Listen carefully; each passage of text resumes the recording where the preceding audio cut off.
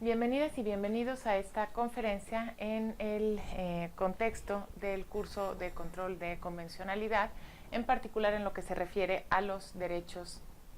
de niñas y niños.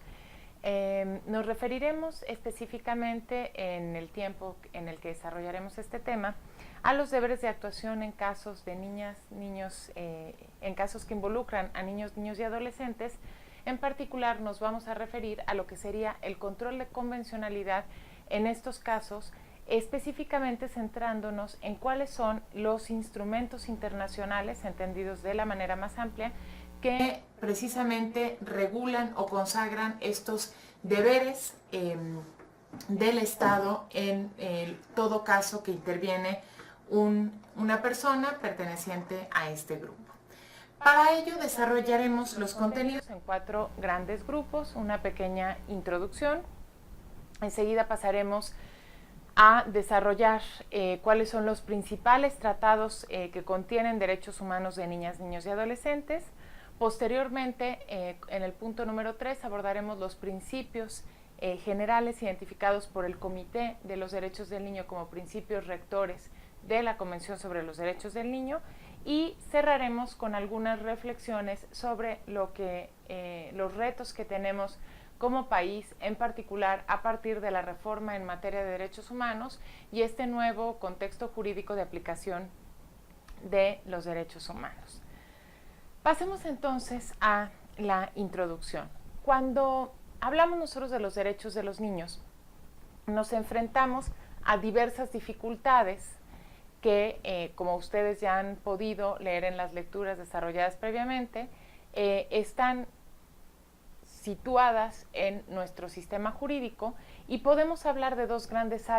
ámbitos en donde se ubican o se problematizan, se presentan estas circunstancias que dificultan el ejercicio de los derechos. Uno es el nivel fáctico, es decir, todo lo que tiene que ver propiamente con lo que ocurre en la realidad, y otro es el nivel normativo, en este sentido, es decir, todo lo que tiene que ver con el derecho, con su aplicación. Y en este segundo nivel normativo podemos hablar de otros dos niveles. Por una parte, el nivel teórico, en particular vinculado a las teorías y a la construcción de los derechos humanos o del contexto filosófico de los derechos humanos, y en un segundo nivel al contexto legal. Si nos referimos al nivel fáctico, este gran ámbito de problematización de los derechos del niño, o este gran entorno en donde podemos identificar algunos derechos vinculados con el reconocimiento y el ejercicio, la eficacia de los derechos de niñas y niños, es muy ejemplificativo, es muy ilustrativo citar la Encuesta Nacional sobre Discriminación en México, que es la conocida como ENADIS, que fue elaborada en 2010. Hay que decir que esta encuesta, que fue promovida por el Consejo Nacional para Prevenir la Discriminación, tiene como finalidad medir las percepciones sociales hacia ciertos grupos que han sido tradicionalmente discriminados. Entonces, esta encuesta midió las percepciones sociales hacia 11 grupos en situación de discriminación: mujeres, indígenas, personas con preferencia sexual distinta al heterosexual, extranjeros, personas de minorías religiosas, y uno de estos grupos precisamente fue el grupo de niñas y niños. Los resultados respecto de las percepciones hacia este grupo, el de las personas menores de 18 años de edad, fueron las siguientes. 6 de cada 10 personas opina que los niños deben de tener los derechos que les da la ley, mientras que 3 de cada 10 consideran que deben tener los derechos que sus padres les quieran dar. Poco más de 3% consideran que los niños no tienen derechos porque son menores de edad. Estos resultados nos muestran en este primer nivel, en el nivel de la realidad, por qué constituye una gran dificultad, o porque observamos grandes dificultades en la realización de los derechos de la infancia. Porque no hay una cultura que acepte de manera generalizada que las niñas y niños son titulares de derechos. Si observamos los resultados de esta encuesta, 6 de cada 10 personas, únicamente 6 de cada 10, opinan que deben de tener los derechos que les da la ley, que como veremos también, ya de por sí la legislación que reconoce derechos de niñas y niños en México es bastante limitada, y este grupo, digamos que podría ser el que menos discrimina a niñas y niños, solo constituye el 60% de la población. El grupo restante, 3 de cada 10, como nos señala la encuesta, dicen que deben de tener los derechos que sus padres les quieran dar. Es decir, no están ni siquiera dispuestos a reconocerlos como titulares de derechos. Y aún más, ni siquiera se considera políticamente incorrecto el pronunciarse en contra de los derechos de niñas y niños. Es decir, es una actitud de negación de derechos que está naturalizada, que está generalizada y que además no constituye tampoco, no hay la conciencia de que se están vulnerando derechos humanos o que esta actitud es una actitud discriminatoria, sino que parece ser que la sociedad mexicana lo adopta como una actitud normal. Nuestro sistema jurídico, desde luego, es reflejo de esto. En lo que se refiere al nivel normativo, que es este segundo nivel del que hablábamos, tenemos nosotros que precisamente, y muy vinculada con esta percepción social acerca de la titularidad de derechos o contraria a la titularidad de derechos de niñas y niños, hay una actitud también teórica que no se ha hecho cargo de los derechos de niñas y niños. ¿Por qué decimos esto? Porque desde la perspectiva de los derechos humanos y la universalidad que se predica de los derechos humanos, encontramos una fuerte tensión cuando pretendemos aplicar estos derechos que se dicen universales a las niñas y a los niños. Por ejemplo, si tomamos nosotros la Declaración Universal de los Derechos Humanos y vamos haciendo un recorrido por cada uno de los derechos, encontraremos que en el artículo primero se establece que todas las personas somos libres e iguales en dignidad y derechos. Sin embargo, muchos de estos derechos no corresponden a las personas menores de edad o están fuertemente limitados cuando se refieren a personas que no han cumplido los 18 años. Por ejemplo, la exclusión absoluta se da respecto de los derechos políticos, votar y ser votado es un caso, del derecho al trabajo, del derecho a casarse y fundar una familia,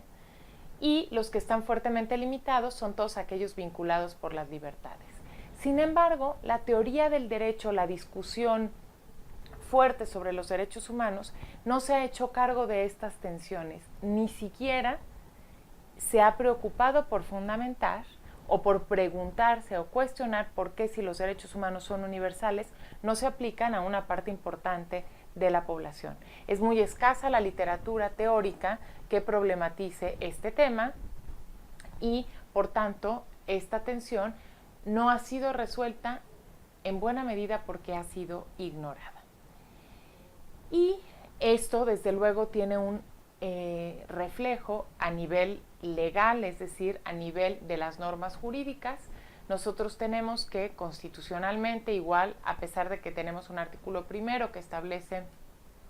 una obligación general de respeto a los derechos humanos, los derechos de niñas y niños están consagrados en el artículo cuarto, y este artículo cuarto es muy restrictivo porque no reconoce todos los derechos que se pueden reconocer en la Convención sobre los Derechos del Niño, sino que se limita a consagrar el derecho a la alimentación, a la salud, a la educación y al sano esparcimiento para el desarrollo integral. Tampoco tenemos un cuerpo normativo realmente eficaz para garantizar estos derechos. Tenemos una ley federal de protección de los derechos de niñas, niños y adolescentes y sus referentes legales, pero realmente estas leyes carecen de mecanismos de exigibilidad. Estamos a la puerta porque junto con la reforma en materia de derechos humanos salió publicada una reforma al artículo 73 que faculta al Congreso de la Unión para expedir una ley general en la materia que posibilitaría o reforzaría el marco legal, pero esto aún no ha ocurrido. ¿Cuáles son las causas de esta problemática que enfrentamos cuando intentamos atribuir los derechos a las personas menores de edad, los derechos humanos? Bueno, esto tiene una causa común, que es que precisamente el niño se percibe como parte del estatus privado de la familia sin que se le reconozca una identidad propia como titular de derechos. Es decir, se entiende que niñas y niños son sujetos del derecho privado, del derecho familiar, que los derechos que corresponden a niñas y niños son aquellos vinculados con la patria potestad, con el derecho familiar, y no con los derechos humanos. No se les visibiliza en el ámbito de lo público y, en consecuencia, se reconoce su integración plena a la ciudadanía y el ejercicio de los derechos. Esta mirada, además de que ha contribuido a que niñas y niños sean en muchas ocasiones invisibles para el derecho, ha también derivado en una gran discrecionalidad en el ejercicio de los deberes vinculados, por ejemplo, con la patria potestad,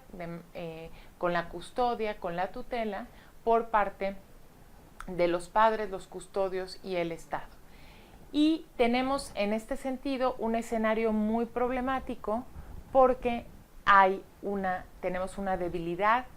normativa, pero también tenemos un ambiente social que no es muy acorde o no favorece mucho los derechos de niñas y niños. Esto desde luego se refleja en la impartición de justicia,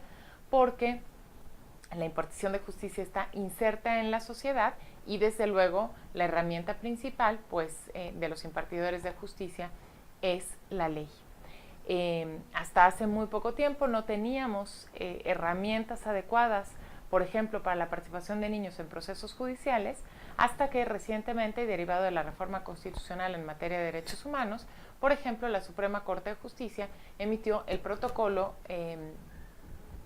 para todos aquellos que imparten justicia en casos que involucren derechos de niñas, niños y adolescentes, que constituye una herramienta muy valiosa que nos puede dar las pautas para cumplir precisamente con estos deberes derivados de los tratados internacionales que se dan en un contexto procesal. Dicho lo anterior, pasaremos ahora al segundo de los puntos que vamos a desarrollar, que son los tratados de derechos humanos de niñas, niños y adolescentes. Desde luego, cuando nosotros hablamos de de tratados que contienen derechos hacia niñas, niños y adolescentes, estamos hablando de un cuerpo importante normativo de tratados. Sin embargo, nos referiremos específicamente en esta ocasión a el tratado más importante por ser el tratado específico en materia de derechos de niñas y niños, que es la Convención sobre los Derechos del Niño. Pues bien, la Convención sobre los Derechos del Niño, como mencionamos, es el tratado más importante y tiene algunos antecedentes importantes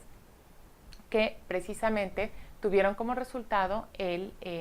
la firma y aprobación por parte de la Asamblea General de Naciones Unidas y su ratificación posterior por la mayoría de los estados en la última década del siglo XX. El antecedente más remoto que podemos identificar en el ámbito internacional de la Convención sobre los Derechos del Niño es la Declaración de Ginebra de 1924. Esta declaración fue redactada por la inglesa Eglantine Jeff, fundadora de la organización Save the Children, precisamente quien funda esta organización para atender a los niños víctimas de la Revolución Rusa y de la Primera Guerra Mundial. Este primer instrumento que se aprobó por la Sociedad de Naciones contenía algunos principios muy generales sobre la atención que debía ser brindada a niñas y niños, específicamente en contextos de emergencia y a niños en condiciones especialmente difíciles. Pero es el primer gran antecedente que tenemos. En un momento histórico posterior, en 1959, la Asamblea General de Naciones Unidas aprueba la Declaración Universal de los Derechos del Niño.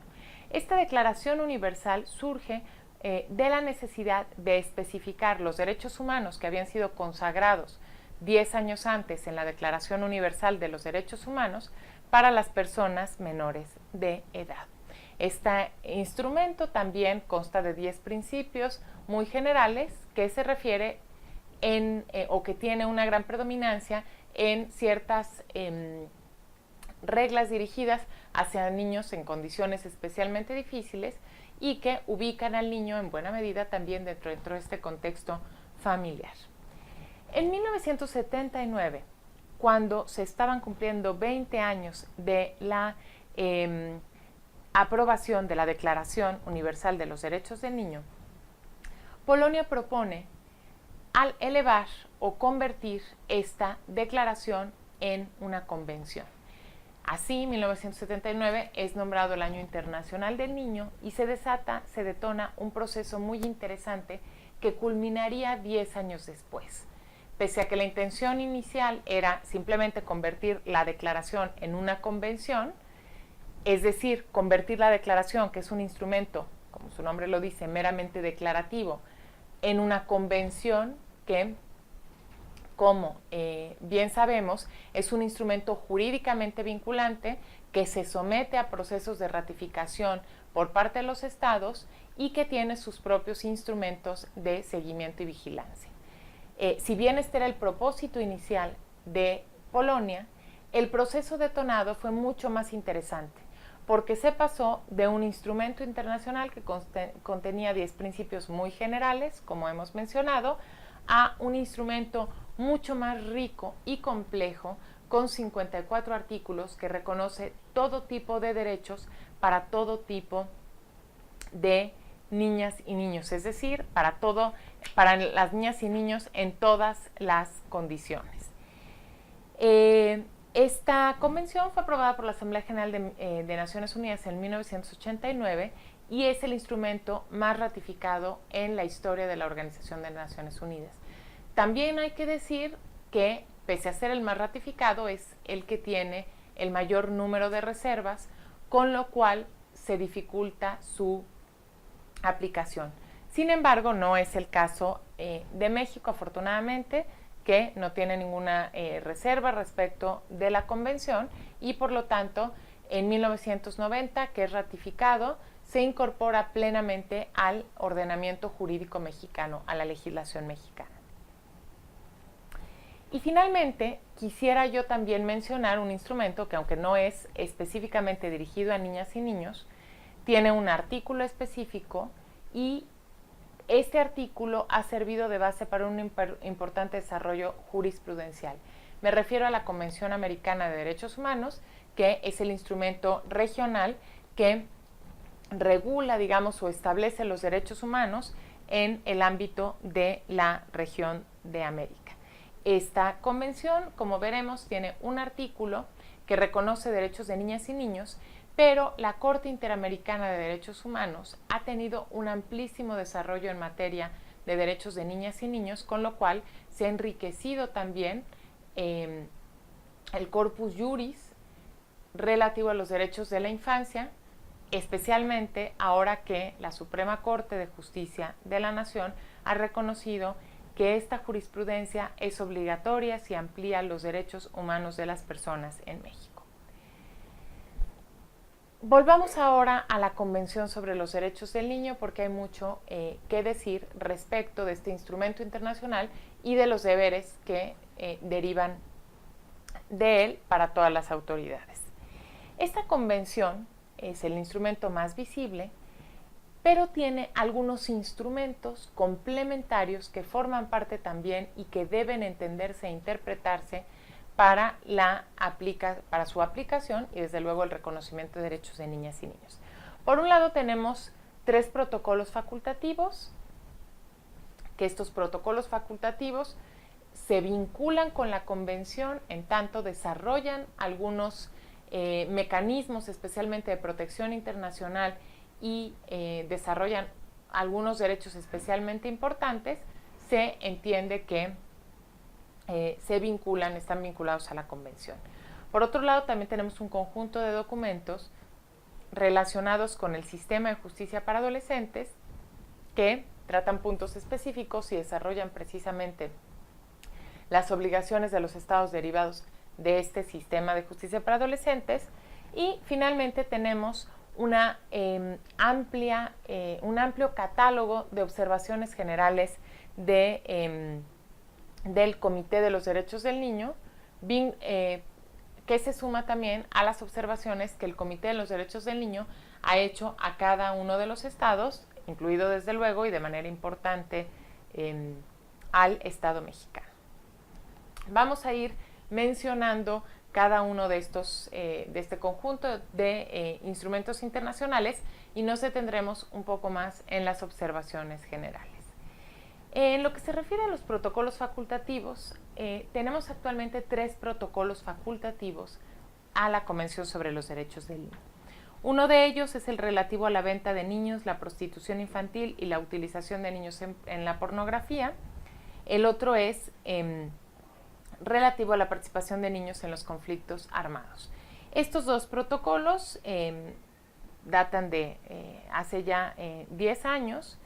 y han sido ratificados por México. Como sus nombres lo indican, desarrollan estos derechos y establecen los mecanismos de cooperación internacional en estas materias, conflictos armados y venta de niños, utilización de niños en la prostitución y la pornografía. El tercer protocolo facultativo es sobre un mecanismo de denuncia de violaciones de los derechos de los niños. Este protocolo fue aprobado apenas en 2011 y faculta a los estados, bueno, a las personas dentro de los estados que han ratificado el protocolo a presentar denuncias directamente a el comité para que éste pueda hacer investigaciones y observaciones a los estados. Sin embargo, este protocolo no ha sido ratificado por México, pese pues a la demanda de algunos actores vinculados con los derechos de la infancia. Por lo tanto, pese a su importancia, todavía no es aplicable en el ámbito jurídico mexicano y no podrían por esto presentarse las denuncias que contempla el mecanismo. En segundo lugar, tenemos los instrumentos vinculados al sistema de justicia para adolescentes. Aquí tenemos 3 instrumentos muy importantes: las reglas mínimas de Naciones Unidas para la Administración de la Justicia de Menores, aprobadas en 1985, conocidas como Reglas de Beijing, las Directrices de Naciones Unidas para la Prevención de la Delincuencia Juvenil, conocidas como Directrices de Riad, de 1990, y las Reglas de Naciones Unidas para los Menores Privados de Libertad, también de 1990.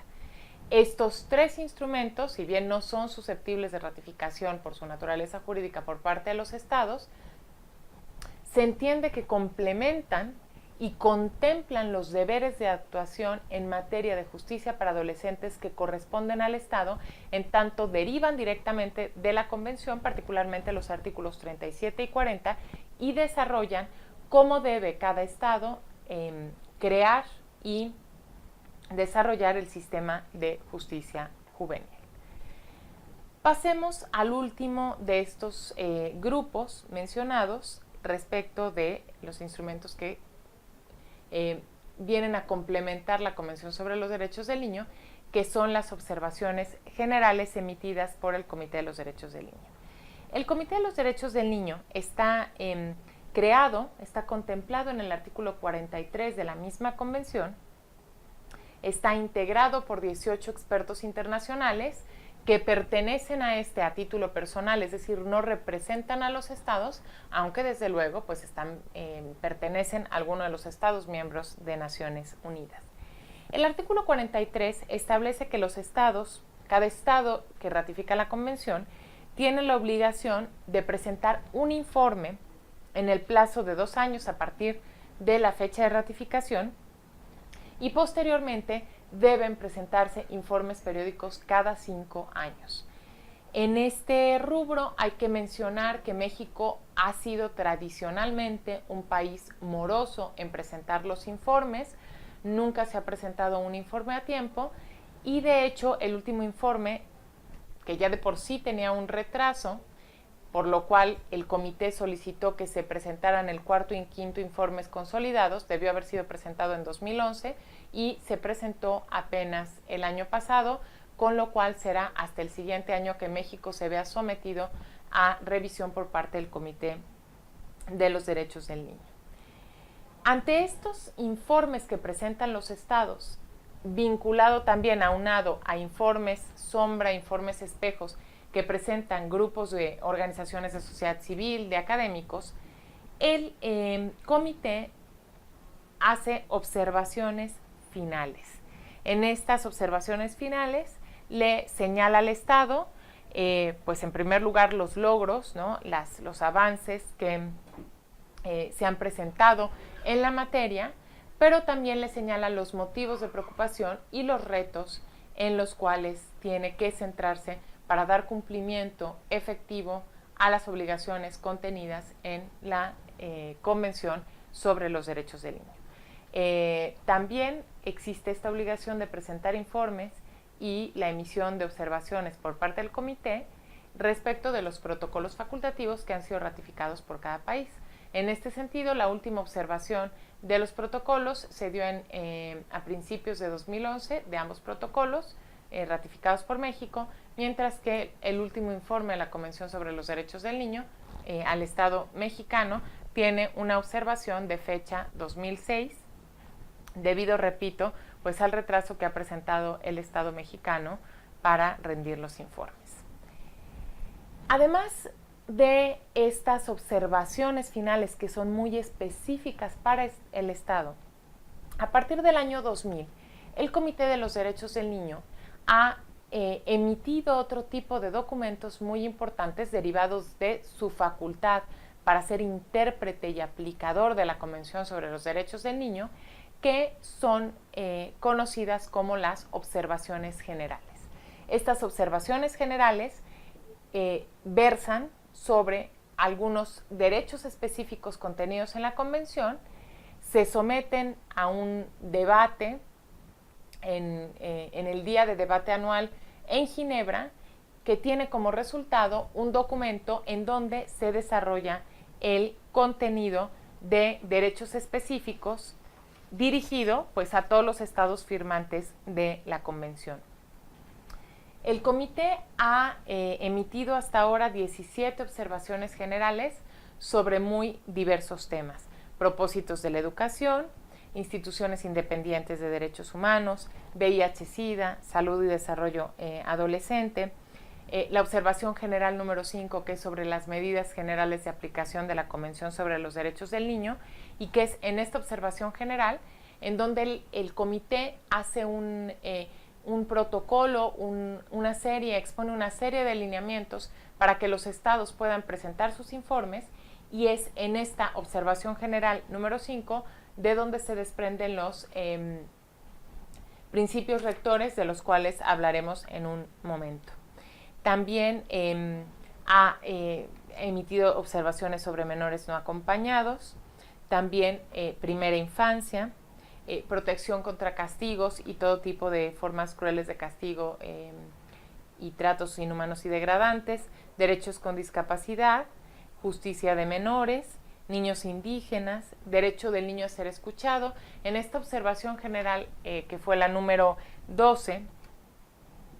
y que se emitió precisamente en 2009, se desarrolla muy específicamente cuáles son los puntos y todos los derechos que deben ser garantizados, todas las condiciones que deben ser garantizadas para que una niña o niño pueda ser escuchado en cualquier tipo de proceso. Continuando, pues también hay derecho del niño a la protección en contra de toda forma de violencia. La observación general número 14 versa sobre el interés superior del niño. La observación general número 15 sobre lo que supone el disfrute al más alto nivel posible de salud. La 16 sobre las obligaciones del Estado en relación con el impacto del sector empresarial en los derechos del niño,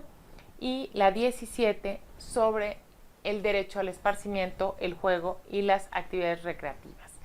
Como ustedes se pueden dar cuenta, pues es una amplísima gama de derechos, y estos instrumentos, que en nuestro país son poco conocidos, constituyen herramientas muy importantes, muy interesantes, precisamente para ir caminando en la interpretación de estos derechos. Habíamos hablado también de la Convención Americana sobre Derechos Humanos. Habíamos mencionado que hay un artículo que reconoce específicamente estos los derechos de las personas menores de edad, que es el artículo 19, que dice que todo niño tiene derecho a las medidas de protección que su condición de menor requieren por parte de la familia, de la sociedad y el Estado. Sin embargo, aquí hay que decir que la Corte Interamericana de Derechos Humanos ha reiterado en numerosas ocasiones, en todas las sentencias en las que se ha pronunciado, en particular sobre derechos del niño, que la Convención sobre los Derechos del Niño, que pertenece al ámbito de la Organización de Naciones Unidas, forma parte del Corpus Juris Interamericano de Protección de los Derechos de Niñas y Niños, es decir, lo ha reconocido o se ha apropiado porque en el ámbito interamericano no tenemos un instrumento específico dirigido a niñas y niños. Sin embargo, como les mencionaba, la Convención ha sido reconocida en reiteradas ocasiones en todas las sentencias que la Corte Interamericana ha emitido respecto de los derechos de niñas y niños. Estas sentencias son muy importantes y hay un número considerable de sentencias que nos pueden aportar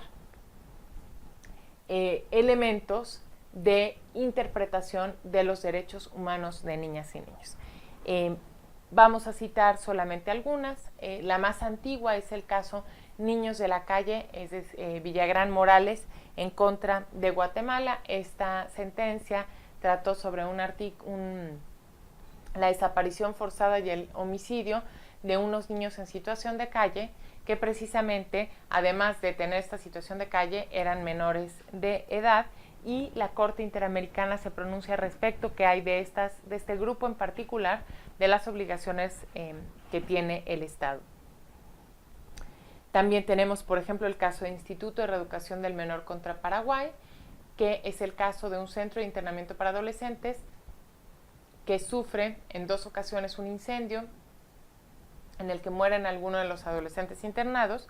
y por tanto la Corte expresa en esta sentencia los deberes que tiene el Estado respecto de niños que están en ciertas condiciones particulares,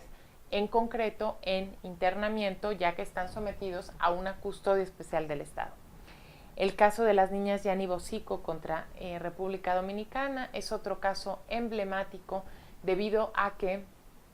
se trata de 2 niñas de padres haitianos a quienes se les niega el acta de nacimiento, y la Corte obliga a República Dominicana al reconocimiento del derecho a la identidad. Tenemos varios casos también de desplazados de comunidades indígenas en los cuales, pese a que niñas y niños no son las víctimas, podríamos decirlo así, directas, sufren precisamente de los efectos de este desplazamiento o de las masacres que en el contexto de algunas dictaduras militares también se dieron. México ha sido objeto en varias ocasiones de pronunciamiento por parte de la Corte Interamericana de Derechos Humanos, de condena por parte de Derechos Humanos de la Comisión de la Corte Interamericana en casos que desde luego también son emblemáticos. Tenemos el caso de Rosendo Cantú contra México, que es este caso muy conocido de una indígena, una mujer indígena de Guerrero, que tiene una hija y que es violada por militares y por tanto tiene que abandonar su comunidad de origen, con lo cual su hija resulta afectada. También la sentencia González y otro, mejor conocida como Campo Algodonero, el caso conocido como las Muertas de Juárez, porque varias de las víctimas eran mujeres menores de edad. Es interesante porque con esta sentencia se va enriqueciendo el cuerpo normativo que regula y reconoce los derechos de niñas y niños en México, con las observaciones generales del comité, con los instrumentos internacionales, con los criterios de la Corte Interamericana de Derechos Humanos. Vamos a pasar ahora al tercer punto, que, como habíamos anunciado ya, se refiere a los principios generales identificados por el Comité de los Derechos del Niño. Como ya habíamos mencionado, en la observación general número 5, el comité señala a los estados que la Convención tiene 4 principios rectores, es decir, 4 principios que deben interpretarse de manera transversal y que están implicados en cualquier violación a los derechos de niñas y niños y que por ello son especialmente relevantes o es especialmente relevante su adecuada garantía. Estos son no discriminación, interés superior del niño, derecho a la vida, supervivencia y desarrollo y respeto a los puntos de vista del niño. A continuación vamos a ir viendo cómo entiende el comité cada uno de estos derechos, cómo los define y cómo los ha entendido también en su jurisprudencia la Corte Interamericana de Derechos Humanos, desde luego en el entendido de los deberes que derivan de estos principios.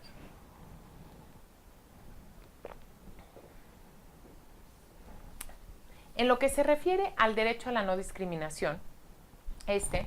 señala el comité, se encuentra reconocido en el artículo 2 de la Convención sobre los Derechos del Niño, que señala, primero,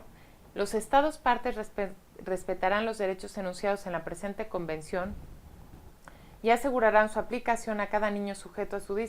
jurisdicción sin distinción alguna, independientemente de la raza, el color, el sexo, el idioma, la religión, la opinión pública o de otra índole, el origen nacional, étnico o social, la posición económica, los impedimentos físicos, el nacimiento o cualquier otra condición del niño, de sus padres o de sus representantes legales. La fracción segunda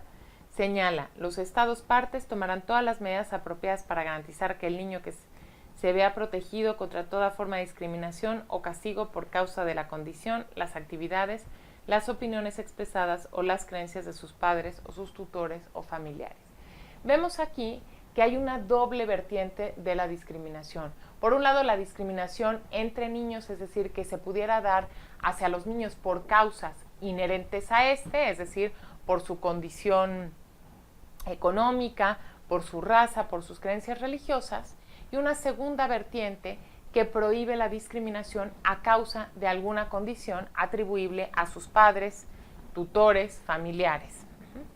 En la observación general número 5,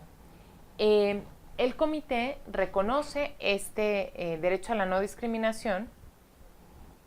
como parte esencial de esta convención y nos señala de manera muy especial que la lucha contra la discriminación puede exigir que se modifiquen la legislación, que se introduzca alguna política pública, cambios en la administración. Cito al comité, hay que poner de relieve que la aplicación del principio no discriminatorio de la igualdad de acceso a los derechos no significa que haya de dar un trato idéntico. En una observación general del Comité de Derechos Humanos, se ha subrayado la importancia de tomar medidas especiales para reducir o eliminar las condiciones que llevan a la discriminación. Por ello, el Estado tiene una obligación de prestar atención a las necesidades y los derechos cuando los niños, además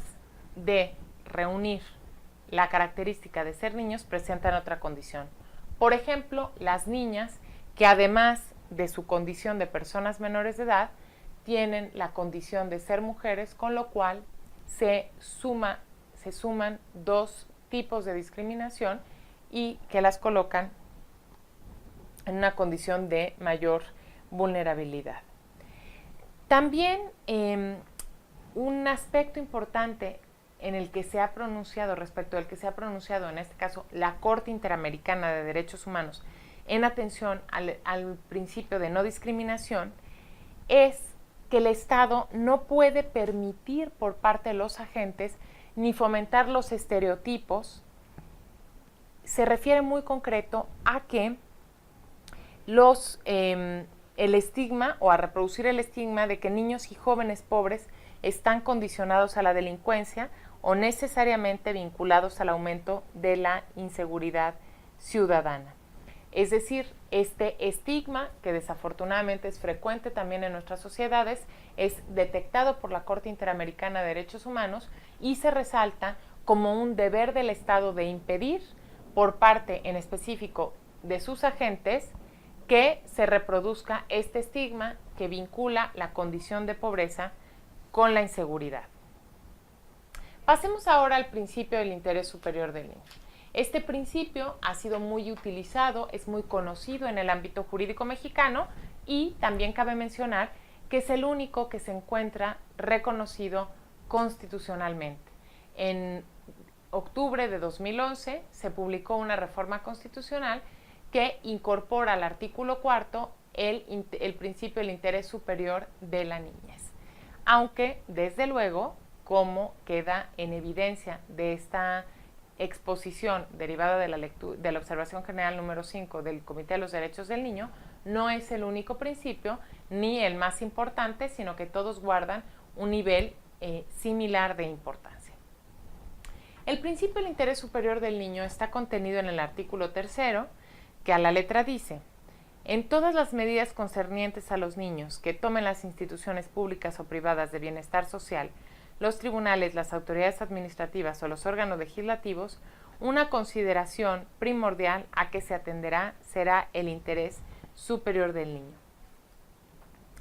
En la observación general número 5, en la cual se detalla este principio,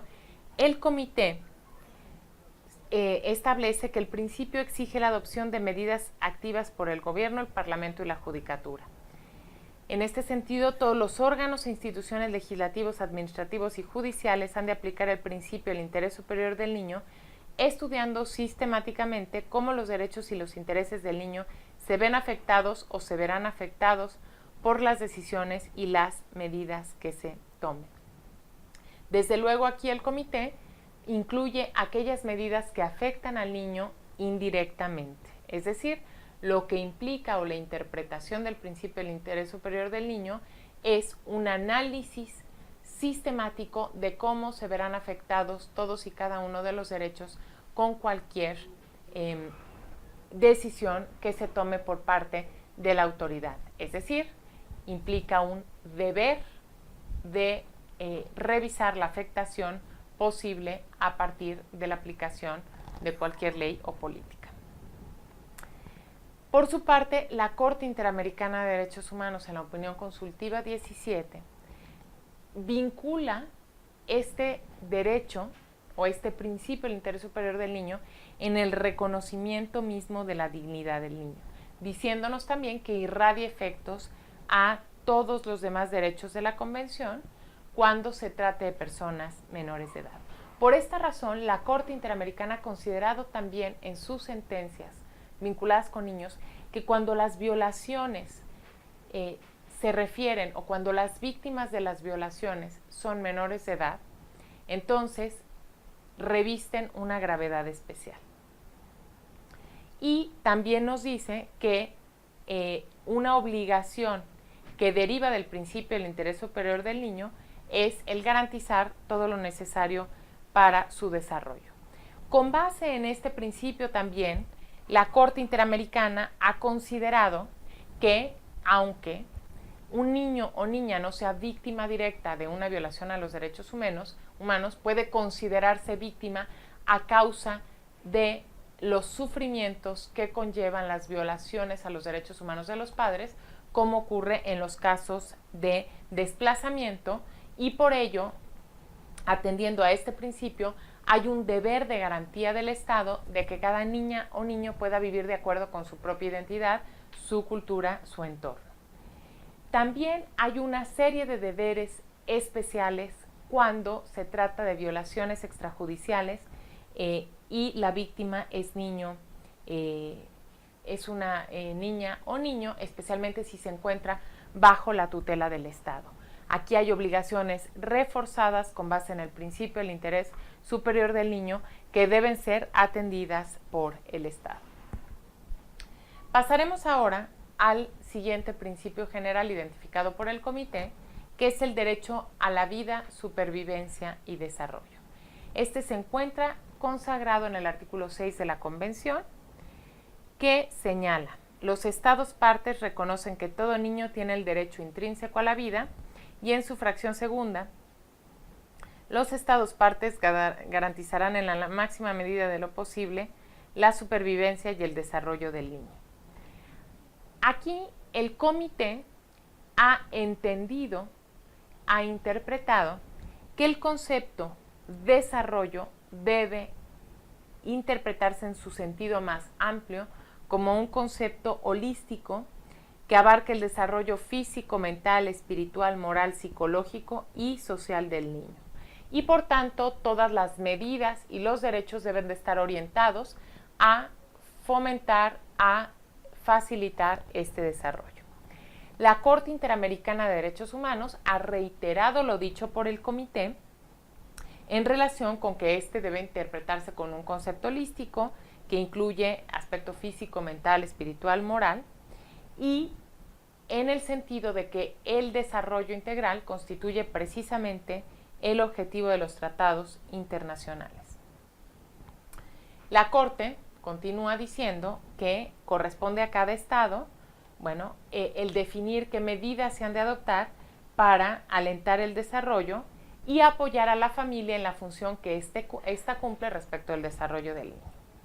También la condición de garante del derecho al desarrollo del niño le obliga a prevenir condiciones que pudieran conducir por acción u omisión al desarrollo, a la afectación del desarrollo, y también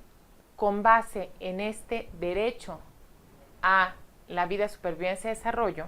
la Corte nos ha dicho que el hecho de que las presuntas víctimas sean derechos humanos obliga a la aplicación de un estándar más alto para la calificación de acciones que atenten contra su integridad personal. Es decir, hay un agravamiento de las violaciones cuando las víctimas son derechos humanos. Otro aspecto importante que resalta la Corte Interamericana es que el derecho a la vida de niñas y niños no solo supone un deber de abstención por parte del Estado, es decir, no privarles de la vida, sino que implica que la vida revista condiciones dignas y conlleva esto obligaciones, deberes específicos en relación con el agua, la alimentación, la salud, la educación, etc. Cuando se trata de niños, el Estado debe tomar medidas especiales y el incumplimiento de estas medidas, cuando tiene como consecuencia la muerte de la persona, constituye una violación del derecho a la vida imputable al Estado. Pasaremos ahora al último de los principios identificados por el Comité de los Derechos del Niño, que es el derecho del niño a ser escuchado, que está consagrado en el artículo 12 de la Convención sobre los Derechos del Niño, que establece que los Estados partes garantizarán que al niño que esté en condiciones de formarse un juicio propio, el derecho de expresar su opinión libremente en todos los asuntos que afectan al niño, teniéndose debidamente en cuenta las opiniones del niño en función de su edad y madurez. Con tal fin se dará en particular al niño oportunidad de ser escuchado en todo procedimiento judicial o administrativo que afecte al niño, ya sea directamente o por medio de un representante u órgano. Este principio, nos dice el comité, pone de relieve la función que tiene el niño como participante activo en la promoción, protección y vigilancia de sus derechos y se aplica a todas las medidas de la Convención. Un punto interesante es que nos dice el comité que es fácil aparentar que se escucha a los niños, sin embargo, para realmente dar la relevancia que se requiere para el cumplimiento de este principio, hay que experimentar un verdadero cambio. El oír a los niños, nos dice el comité, no debe constituir un fin en sí mismo, sino siempre es un medio para que el niño exprese su opinión y esa opinión pueda tener consecuencias concretas. También nos dice el comité que esta idea de en todos los asuntos que le afectan debe ser interpretado en el sentido más amplio, entendiendo que la afectación puede ser directa o indirecta. En relación con este derecho, la Corte Interamericana ha sido especialmente enfática en que en el cumplimiento del derecho del niño, de la participación del niño en los procesos judiciales, debe evitarse que la niña o niño sea revictimizado, es decir, que sea sometido a muchos o interrogados a muchos interrogatorios con el pretexto o con la finalidad de hacerle participar en el proceso. Pasaremos ahora en unos breves minutos a unas reflexiones finales, especialmente a marcar la agenda pendiente. Como hemos visto, si analizamos cada uno de los deberes que derivan de la Convención sobre los Derechos del Niño, de las medidas generales de aplicación, hay una tarea importante por realizar por parte del Estado mexicano. Hay deberes que deben de cumplirse en todos los rubros y que el Estado mexicano hasta ahora ha sido omiso. Podemos hablar, por ejemplo, respecto de la aplicación del interés superior del niño, de la garantía de todo lo necesario para el desarrollo, de la garantía del derecho del niño a ser escuchado, de la generación de condiciones de igualdad que permitan que ninguna niña o niño sea discriminado. Parte de estos retos también es la identificación de lo que en el derecho internacional, ¿no?, o en el derecho comparado se ha conocido como un bloque de constitucionalidad, que precisamente contemple todos los derechos que están contenidos en la Convención, en los principios generales, en la jurisprudencia de la Corte Interamericana, en los demás tratados internacionales. Es decir,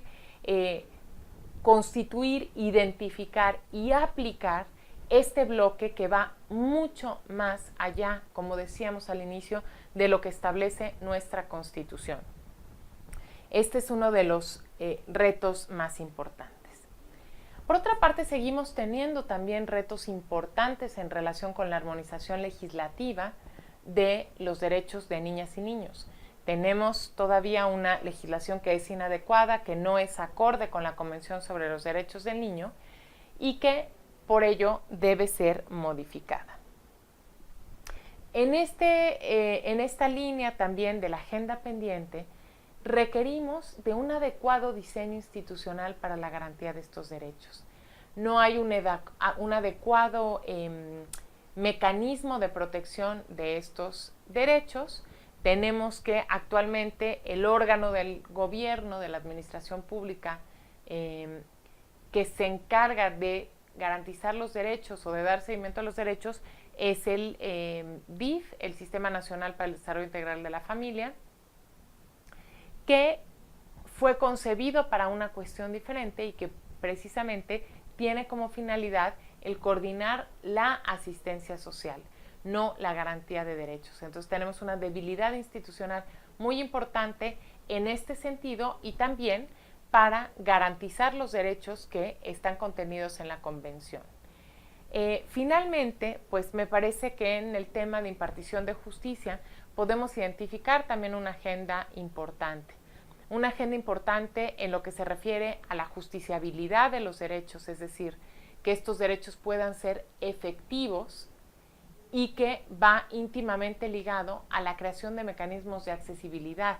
porque es un hecho que los sistemas de justicia no han sido creados para niñas y niños y esto tiene como consecuencia que aunque haya un adecuado cuerpo normativo, no haya accesibilidad de niñas y niños a los órganos de justicia para ver garantizados sus derechos. Y finalmente, el derecho del niño a ser oído en todo proceso judicial, muy específicamente nos referimos precisamente a los procesos, en donde, si bien se ha notado un esfuerzo importante en los últimos años, tenemos que seguir avanzando precisamente en la creación y en la práctica de mecanismos que garanticen todos los derechos de niñas y niños. Por su atención, muchísimas gracias.